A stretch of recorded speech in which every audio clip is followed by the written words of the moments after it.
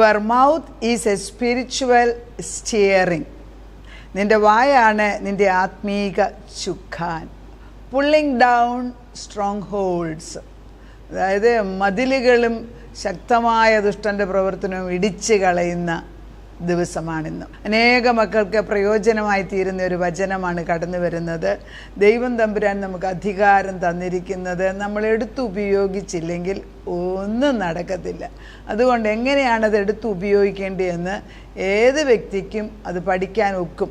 അത് പരിശുദ്ധാത്മാവ് വളരെ ലളിതമായ വിധത്തിൽ നമ്മളെ പഠിപ്പിക്കുമ്പോൾ ശ്രദ്ധ വെച്ച് അത് കേട്ടാൽ നമുക്കും എൻ്റെ കുടുംബത്തിനും അത് വിടുതലായി തീരാൻ ഇടയാകും. ദൈവം നമ്മളെല്ലാവരെയും അനുഗ്രഹിക്കാനായിട്ട് ഓടി വരുന്ന ഒരു ദൈവമാണെന്ന് ഓർക്കണം. സ്നേഹം കൊണ്ട് നിറഞ്ഞൊരു ദൈവം.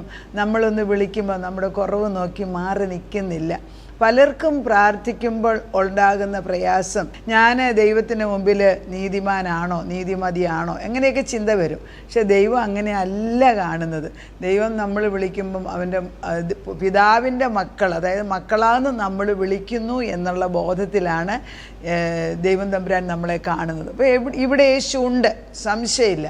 എവിടെ ഞാൻ എൻ്റെ നാമത്തിൽ നമ്മൾ ദൈവവചനം പറയുന്നു അവിടെ ദൈവമുണ്ട്, നിശ്ചയമാണ്. ഈ വചനത്തിൻ്റെ കൂടെ ദൈവശക്തി കടന്നു വരുന്നു. അപ്പം നമ്മൾ പഠിക്കേണ്ട കാര്യം ഈ വായ, നമ്മുടെ നാവ് എങ്ങനെ ഉപയോഗിക്കണം. ഈ നാവാണ് every word you speak is turning the steering wheel. അതായത് ഒരു കാറിൻ്റെ സ്റ്റിയറിങ്ങെ പിടിച്ചിട്ട് ഓടിക്കുന്നവർക്കറിയാം അത് എങ്ങോട്ട് തിരിക്കുന്നു അങ്ങോട്ട് മാത്രമേ ആ വണ്ടി പോകത്തുള്ളൂ. അത് മേളിലോട്ട് കയറണോ താഴോട്ട് പോകണമെന്ന് തീരുമാനിക്കേണ്ടത് ഡ്രൈവറാണ്. അതുപോലെ തന്നെ നമ്മുടെ ദൈവത്തിൻ്റെ വചനം കൊണ്ട് നമ്മുടെ ജീവിതം സ്റ്റിയർ ചെയ്യാൻ ദൈവം നമ്മളോട് ആഹ്വാനം ചെയ്യുകയാണ്. ഏത് സൈഡിലോട്ട് പോകണമെന്ന് തീരുമാനിക്കുന്നത് ദൈവമല്ല, നമ്മളാണ് കൂടുതൽ തീരുമാനിക്കുന്നത്. ദൈവം പറയും, ഉന്നതമായ പദവികൾ തന്ന നമ്മളെ വിട്ടിരിക്കുന്നത്. പക്ഷെ അത് ഏത് സൈഡിലോട്ട് നമ്മൾ കൊണ്ടുപോകുന്ന ആ ഒരു ചോയ്സ് ദൈവം നമുക്ക് തന്നിട്ടുണ്ട്. തീർത്തും ദൈവസന്നിധിയിൽ വരുന്നവർക്ക് ദൈവപ്രകാശത്തിൽ മുൻപോട്ട് പോകാൻ അന്നുള്ള വെളിച്ചമായിട്ട് തൻ്റെ വചനം ഇതാ കടന്ന് വരുന്നു. Thy word is a lamp unto my feet and a light unto my path. നിൻ്റെ വചനം എൻ്റെ പാതയ്ക്ക്, അതായത് എൻ്റെ കാലുകൾക്ക് വെളിച്ചവും എൻ്റെ പാതയ്ക്ക് പ്രകാശവുമായി മാറുകയാണ്. അപ്പോൾ നമ്മുടെ കാലുകൾക്ക് ആവശ്യമുള്ള വെളിച്ചം അല്ലെങ്കിൽ വെട്ടം മാത്രം മതി. ആ വഴി ഓരോ നിമിഷവും നമ്മുടെ മുമ്പിൽ ഇത് തെളിഞ്ഞു വരുമ്പം ധൃതി പിടിച്ച് ഓടാനൊക്കത്തില്ല.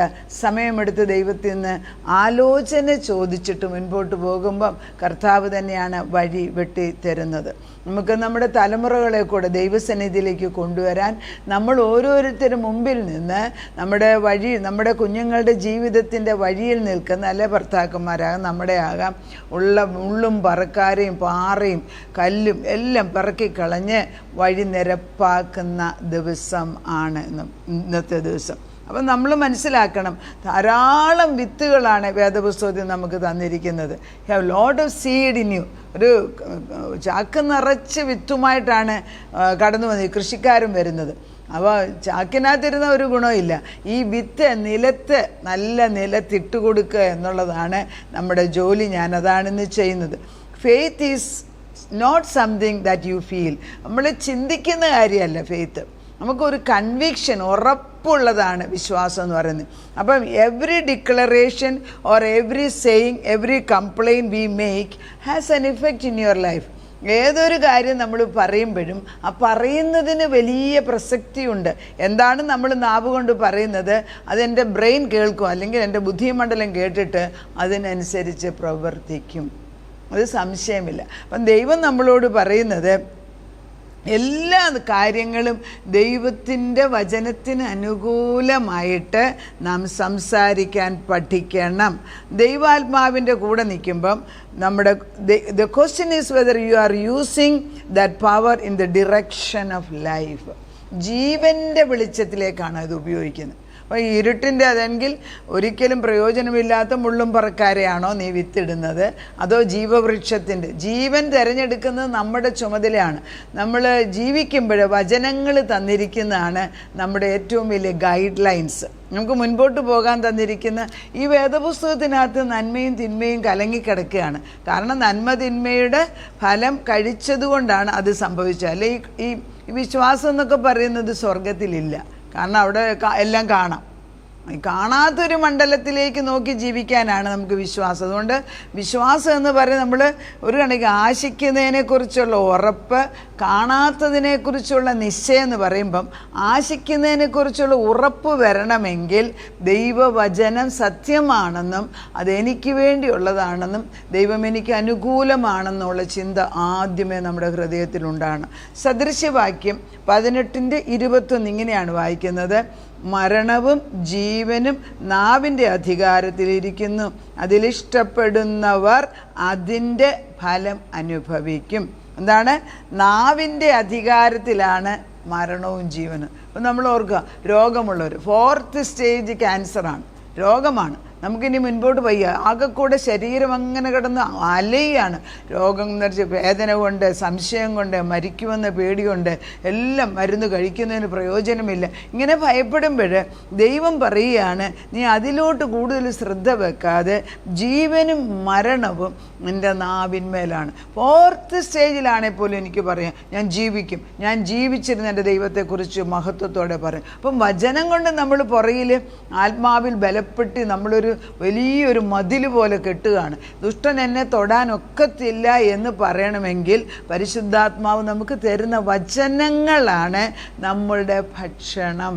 മരുന്ന് കഴിക്കുന്നതിൽ കൂടുതലായിട്ട് ദൈവവചനം ഗുളികകളായിട്ട് രാവിലെ ഉച്ചയ്ക്കും വൈകിട്ടും പോരാ, മുഴുവൻ സമയവും രോഗിയായി കിടന്നാൽ പിന്നെ നമുക്കൊന്നും ചെയ്യാനൊക്കത്തില്ല. എന്നാൽ പിന്നെ ഈ വചനമെങ്കിലും പല പ്രാവശ്യം കേട്ട് കഴിയുമ്പോൾ എങ്ങനെയാണേലും അത് കിളുക്കും.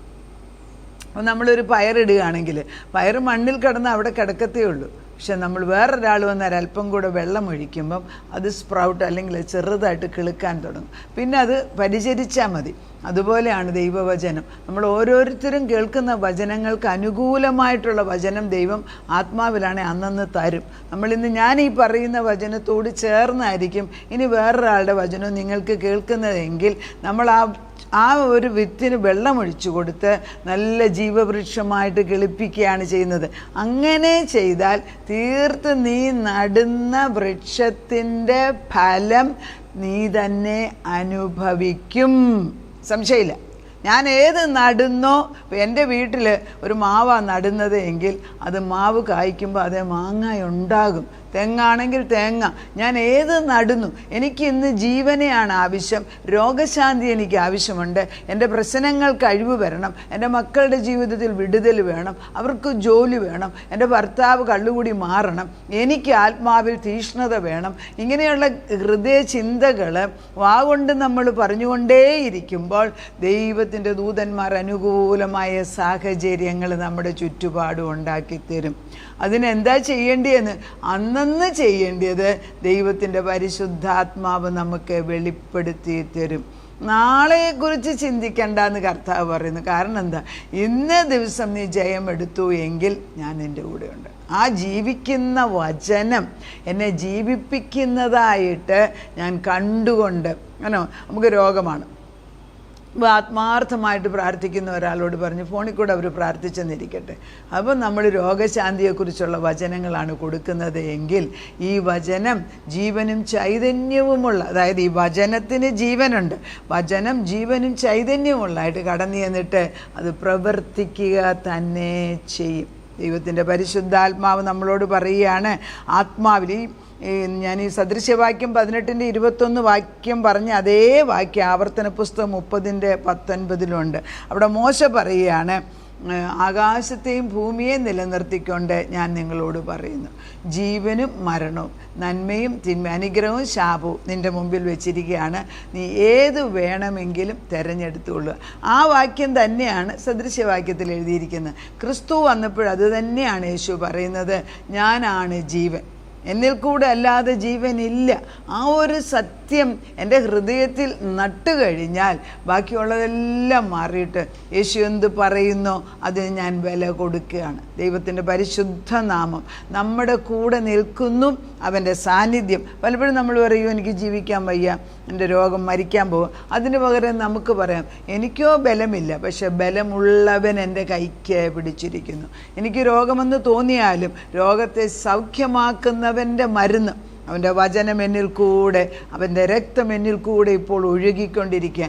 അതിനാൽ ശത്രുവിന് എൻ്റെ മേൽ ഇരിക്കാൻ ഒക്കത്തില്ല. അപ്പം 3 തലമാണ്: എൻ്റെ ആത്മാവ്, എൻ്റെ ദേഹി, എൻ്റെ ദേഹം. ഈ ആത്മാവെന്ന് പറയുന്നത് നമ്മൾ ദൈവത്തിൻ്റെ ആത്മാവ് എൻ്റെ ഉള്ളിലുള്ള ആത്മാവിനെ ജീവിപ്പിച്ചു. എപ്പോഴും ക്രിസ്തുവിനെ രക്ഷിതാവായിട്ട് സ്വീകരിച്ച നിമിഷത്തിൽ. അപ്പോൾ ഈ എൻ്റെ ഉള്ളിലുള്ള ആത്മാവ് ഇപ്പോൾ ജീവൻ വെച്ചിരിക്കുന്നു എങ്കിൽ, പരിശുദ്ധാത്മാവ് പറയുന്നതിന് മാത്രമാണ് വില കൊടുക്കുന്നത് എങ്കിൽ ആത്മാവ് ജീവൻ വെച്ചു. ആത്മാവിൻ്റെ ജീവൻ എത്ര ശക്തിയുള്ളതെന്ന് നമുക്ക് ആർക്കും അറിഞ്ഞുകൂടാ. അത് ഓമിനി പ്രസൻറ്റ്, ഓമിനി പൊട്ടൻ്റാണ്. ഈ ലോകം മുഴുവനും നടത്തിക്കൊണ്ടുപോകുന്ന ദൈവത്തെയാണ് ഈ വിളിക്കുന്നത്. ഈ ആത്മാവ് ജീവൻ വെക്കുമ്പം എൻ്റെ ദേഹീതലം, ഞാൻ ആരെ യഥാർത്ഥത്തിൽ ഞാൻ ഈ രോഗം കൊണ്ട് വിഷമിക്കുന്ന വ്യക്തിയല്ല. എന്നെക്കുറിച്ച് ദൈവത്തിന് വലിയ പ്ലാനുണ്ട്. ഹേ മരണമേ, നിൻ്റെ വിജയം എവിടെ എന്ന് ചോദിച്ചുകൊണ്ട് മരണത്തിൻ്റെയും ജീവൻ്റെയും താക്കോൽ എൻ്റെ കർത്താവിലാകിയാൽ അവൻ്റെ ആത്മാവാണ് എന്നിൽ കൂടെ പകരുന്നതെങ്കിൽ ഇപ്പോൾ ഞാൻ മരണത്തെ വെറുക്കുന്നു, ജീവനെ പ്രാപിച്ചെടുക്കുന്നു. അങ്ങനെ ഒന്ന് പറഞ്ഞു നോക്കിക്കേ. ജീവനെ പ്രാപിച്ചെടുക്കുന്നു എന്ന് വേറെ ഒന്നും പറയണ്ട. അതായത് ആശയ്ക്ക് വിരോധമായ ആശയോട് ഒരിക്കലും നടക്കത്തില്ലാത്തടത്താണ് വിളിച്ചു പറഞ്ഞ് കുറച്ച് കഴിയുമ്പം ബ്രെയിൻ അത് സ്വീകരിക്കും. ഈ ബുദ്ധിമണ്ഡലം, ഈ നമ്മുടെ ബുദ്ധിമണ്ഡലത്തിൽ ഈ കേൾക്കുന്ന കാര്യം ദേഹീതലത്തിലേക്ക് വന്നിട്ട് അത് ഹൃദയത്തിലേക്ക് വരുമ്പം അത് കമ്പാഷനേറ്റ് ആയിട്ട് വേണം. അതായത് അതിനൊരു അലിവ് വരികയാണ്. അപ്പോൾ ഹൃദയത്തിൽ ഒരു അലിവ് വരുമ്പം അവിടെ ജീവവെള്ളം വന്നിട്ട് ആ ഇട്ടിരിക്കുന്ന വിത്തുകളെ കിളുക്കാൻ തുടങ്ങും. ജീവൻ്റെ വിത്തുകളാണോ ദിനം പ്രതി ഇടുന്നത്? അതിൻ്റെ ചോയ്സ് ആർക്കാണ്? നമ്മൾ ഫോണിൽ കൂടെ വിളിക്കുന്ന ഉടനെ നമ്മൾ ഒത്തിരി ഭാരമാണെങ്കിലും ഒരല്പനേരം പ്രാർത്ഥിച്ചു കഴിയുമ്പോൾ അവരുടെ ശബ്ദം മാറും, അവരുടെ അന്തരാത്മാവ് ജീവിക്കും, അവർക്ക് ബലം വരും. കാരണം കൊടുത്ത വചനം ജീവന. അപ്പം ജീവൻ്റെ പ്രകാശം വരുന്നത് യഥാർത്ഥത്തിൽ സത്യവചനം പറയുമ്പോഴാണ്, അല്ലാതെ മരുന്ന് കഴിക്കുമ്പോഴല്ല. നമ്മൾ മരുന്ന് കഴിക്കുന്നത് നമ്മുടെ ശരീരത്തിനെ ബോധ്യപ്പെടുത്താനാണ് സത്യം പറഞ്ഞാൽ. പക്ഷെ എൻ്റെ ദേഹീതലം പറയാണ് ഞാൻ സൗഖ്യമായി. എൻ്റെ ദേഹീതലം അത് പറഞ്ഞെങ്കിൽ എൻ്റെ ദേഹം അതിനെ അനുസരിക്കും. ആത്മാവ് ശരിയായാൽ, ആത്മാവിൻ്റെ കറക്ഷൻ, ഡിറക്ഷൻ പരിശുദ്ധാത്മാവ് വചനം കൊണ്ടാണ് തരുന്നത്. ആത്മാവിൽ ബലം വന്നാൽ ദേഹീതലം ശരിയായി കഴിയുമ്പം ദേഹം അത് ഏറ്റെടുക്കും. സംശയമില്ലാത്ത സത്യമാണ്. ഈ ഒരൊറ്റ സത്യം എൻ്റെ ഹൃദയത്തിൽ തറച്ചാൽ മതി. ഞാൻ ഇന്ന് നടുന്നവർ എല്ലാം, അതായത് നമ്മളൊരു ചെടി നടണേ പോലും ആ ഗ്രൗണ്ട് മുഴുവൻ ക്ലിയറാക്കി വെച്ച് ആ മണ്ണ് ഒന്നും കൂടെ ഇളക്കിയിട്ട് അതിനകത്ത് നല്ല വളമിട്ട്, ആവശ്യമുള്ള വളമിട്ടിട്ട് അതിൻ്റെ നടുക്കൽപ്പം ഒരു വിശുദ്ധ സ്ഥലമാക്കി അവിടെ ഒരു ചെറിയ വിത്ത് പോലും നമ്മൾ ഇടുന്നത്. അതുപോലെ ജീവൻ്റെ വിത്തുകളിടാൻ നമ്മൾ പഠിക്കുക. ദിനംപ്രതി ദൈവത്തിൻ്റെ വചനം എന്നൊരു വാക്യം മതി. സദൃശ്യവാക്യം 18:21 മാത്രം. അതായത് ദൈവത്തിൻ്റെ പരിശുദ്ധാത്മ 18:21 ഇങ്ങനെ തന്നെയാണ് വായിക്കുന്നത്: മരണവും ജീവനും നാവിൻ്റെ അധികാരത്തിലിരിക്കുന്നു, അതിലിഷ്ടപ്പെടുന്നവർ അതിൻ്റെ ഫലം അനുഭവിക്കും. നാവിൻ്റെ അധികാരത്തിൽ എന്ന് പറയുമ്പം ഈ നാവിനെ ശരിയായിട്ട് ഉപയോഗിച്ചാൽ അതിന്മേൽ നിറച്ച് ഫലം ഉണ്ടാകും. ഒരു പ്രാവശ്യം കർത്താവ് എന്നോട് വ്യക്തിപരമായിട്ട് പറഞ്ഞാണ്, നീ വചനമെടുത്ത് പഠിക്കുക, അതിൻ്റെ ഫലം അനുഭവിക്കുക. അതിൻ്റെ അർത്ഥം എന്തുവാ? മണ്ണ് ശരിയായി, ഇനി ഇട്ടാൽ മതി. ഇത്രയും 16 വർഷത്തെ വചനം TV കൂടെ തന്നെ പ്രഘോഷണം ചെയ്യുകയാണ്. ഈ വചനം നിങ്ങൾക്ക് ജീവനാണ്. ഒന്ന് ഞാൻ പറയട്ടെ, പല പ്രാവശ്യം വചനം കേൾക്കണം. നമുക്ക് ഇച്ചിരി സമയം കിട്ടും. നമ്മൾ ചിലപ്പം കേൾക്കുന്നില്ലേലും ഇത് നമ്മുടെ പുറകിൽ ഇത് ബാക്ക്ഗ്രൗണ്ടിലുണ്ടായിരിക്കണം. അങ്ങനെ ജീവവൃക്ഷം വളർത്തി ബലപ്പെടുക. മരണത്തെ മാറ്റി ദൈവം ജീവൻ തന്നിരിക്കുന്നു. നമുക്ക് പ്രാർത്ഥിക്കാം. നാഥാ, നിൻ്റെ കണ്ണുകളിലേക്ക്, നിൻ്റെ കണ്ണിൻ്റെ മണികളിലേക്ക് ഞങ്ങളുടെ കണ്ണ് വന്ന് വീഴുകയാണ്. നീ അല്ലാതെ വേറൊരാശ്രയമില്ല എന്ന് ഞങ്ങൾക്ക് രോഗമുള്ളപ്പോൾ, ഭാരമുള്ളപ്പോൾ, കടബാധ്യത കൂടുമ്പോൾ, മക്കളെക്കുറിച്ച് ഭാരപ്പെടുമ്പോൾ, നമ്മുടെ സ്വന്തം ഭവനത്തിലെ പ്രയാസങ്ങൾ വരുമ്പോൾ വേറെ ഒരിടത്ത് നോക്കാനില്ല. എത്ര വലിയവനും ചെറിയവനും ഒരേ അവസ്ഥയാണ്. പ്രയാസം വരുമ്പോൾ നോക്കുവാൻ ദൈവം അനുവദിച്ചില്ല എങ്കിൽ ആരും കാണത്തില്ല. ഇന്ന കാലങ്ങളിൽ പണമൊക്കെ ഉണ്ടെങ്കിലും ഒരു മനുഷ്യർക്ക് അടുത്തുള്ളവരെ പോലും അറിയത്തില്ല. അപ്പം പിന്നെ ദരിദ്രനെക്കാട്ടിലും വ്യത്യാസമില്ല. അങ്ങനെയുള്ള ഈ അവസ്ഥയിൽ നിൻ്റെ വചനം ജീവനായിട്ട്, ജീവനും ചൈതന്യവുമുള്ള നിൻ്റെ വചനം കടന്നു ചെന്ന് കർത്താവേ ഞങ്ങൾക്ക് വേണ്ടി നല്ല വിത്തിട്ട് നല്ല വൃക്ഷങ്ങൾ ഉണ്ടാക്കിക്കാൻ നീ ഇന്ന് പഠിപ്പിക്കുന്നതിന് നന്ദിയോടെ സ്തോത്രം. കഷ്ടങ്ങളും പ്രയാസങ്ങളും വരുമ്പോഴും അതെനിക്ക് നന്മയ്ക്കായിട്ട് മാറ്റുന്നത് ദൈവവചനം കൊണ്ട് ഇന്ന് വരെ നോക്കാതിരുന്നതായ എൻ്റെ തോട്ടം ഞാനിന്നൊന്ന് ശ്രദ്ധിച്ച് നോക്കി. അതിനകത്തുള്ള മുള്ളും പറക്കാരെയും അതിനകത്ത് വേണ്ടാത്തത് കിളുക്കുന്ന എല്ലാം പറിച്ച് ദൂരെ കളഞ്ഞിട്ട്, എല്ലാം പറിച്ച് ദൂരെ കളഞ്ഞിട്ട് ദൈവവചനം, ജീവൻ്റെ വചനം, ഒരു വചനം സദൃശ്യവാക്യം 18:21 നടുകയാണ്. ഇത് കിളുത്ത് ഫലം കായ്ച്ച് ഇതിന്മേൽ അനേക പക്ഷികൾ വന്നിരുന്ന് ഇതിൻ്റെ അനുഗ്രഹങ്ങൾ ഞങ്ങളുടെ തലമുറകൾക്കും ഞങ്ങൾക്ക് ഉണ്ടാകുവാൻ തക്കവണ്ണം ദൈവവചനം ഞങ്ങളുടെ ഹൃദയത്തിൽ കിളുത്ത് ആത്മാവിൻ്റെ തീഷ്ണതയോടെ ഇത് വളർന്നു വരട്ടെ. അപ്പച്ച വേലി കെട്ടിക്കൊടുക്കുന്നു ഇതിനെ ഉപദ്രവിക്കാൻ, ഈ വൃക്ഷത്തെ നട്ട വൃക്ഷത്തെ അതിനെ ഇല്ലാതാക്കാൻ ഒരു ശക്തിക്കൊക്കത്തില്ല. കാരണം ഇതിൻ്റെ വചനത്തിന് ജീവനുണ്ട്. വചനം കൊണ്ട് വേലി കെട്ടുന്നു. അപ്പച്ചൻ വേലി കെട്ടിക്കഴിഞ്ഞിരിക്കുന്നു. ഞങ്ങൾക്ക് വേണ്ടി പ്രകാശം ദൈവദൂതന്മാരെ ഇടത് വലത് നിർത്തി ഞങ്ങളുടെ ഉള്ളിൽ നീ ഇടുന്ന വചനം കിളിപ്പിച്ച് അതിൻ്റെ ഫലം അനുഭവിക്കാൻ നീ അനുവദിക്കും. അതുകൊണ്ട് എനിക്ക് മരണമില്ല കർത്താവേ, ഞാൻ ജീവിച്ചിരുന്ന് നിന്നെ സ്തുതിക്കും, നേർച്ചകൾ നേർന്ന് ഞാൻ നിന്നെ സ്തുതിക്കുമെന്ന് പറയുന്ന വിശുദ്ധന്മാരുടെ കൂടെ ഞങ്ങളും പറഞ്ഞുകൊണ്ട് നിൻ്റെ ആത്മാവിൽ ബലം പ്രാപിച്ച് ഞങ്ങൾ അനുഭവിക്കുന്നവരായി മാറുന്നു. നന്മ അനുഭവിപ്പാൻ, നന്മ പ്രാപിപ്പാൻ തക്കവണ്ണം ഞങ്ങളെ വചനം കൊണ്ട് നിറച്ചിരിക്കുന്നതിന് സ്തോത്രം. പ്രാർത്ഥന കേട്ട് ഉത്തരം തന്നെ ഞങ്ങളെ അനുകൂലമായ സാഹചര്യത്തിലേക്ക് കൊണ്ടുവന്ന് നിൻ്റെ കൈ കൊണ്ട് ഞങ്ങളെ പിടിച്ച് മുൻപോട്ട് നടത്തുന്നതിന് നന്ദി പറയുന്നു. യേശു ക്രിസ്തുവിൻ്റെ പൊന്നുനാമത്തിൽ തന്നെ ആമേൻ.